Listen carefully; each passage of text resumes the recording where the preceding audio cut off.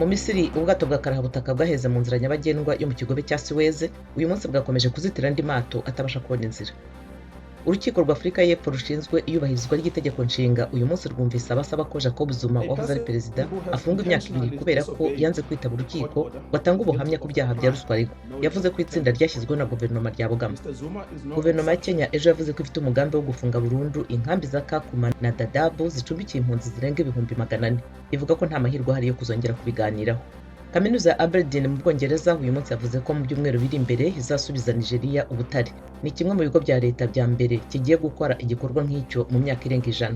Nyuma y'uko Ubwongereza busahuye ibihangano kandi bukabiteza cyamunara mu nzu ndangamurage zo mu burengerazuba bw'isi no kubakusanya ibintu by'urwibutso. Naho urwibutso rw'umujyi wa Sirene w'Ubugereki rwasimbutse revolution yo mu 2011 muri Libya hashize imyaka amategeko atubahirizwa uyu munsi rwongeye kwibasirwa na za caterpillar z'abashaka kubaka amazu.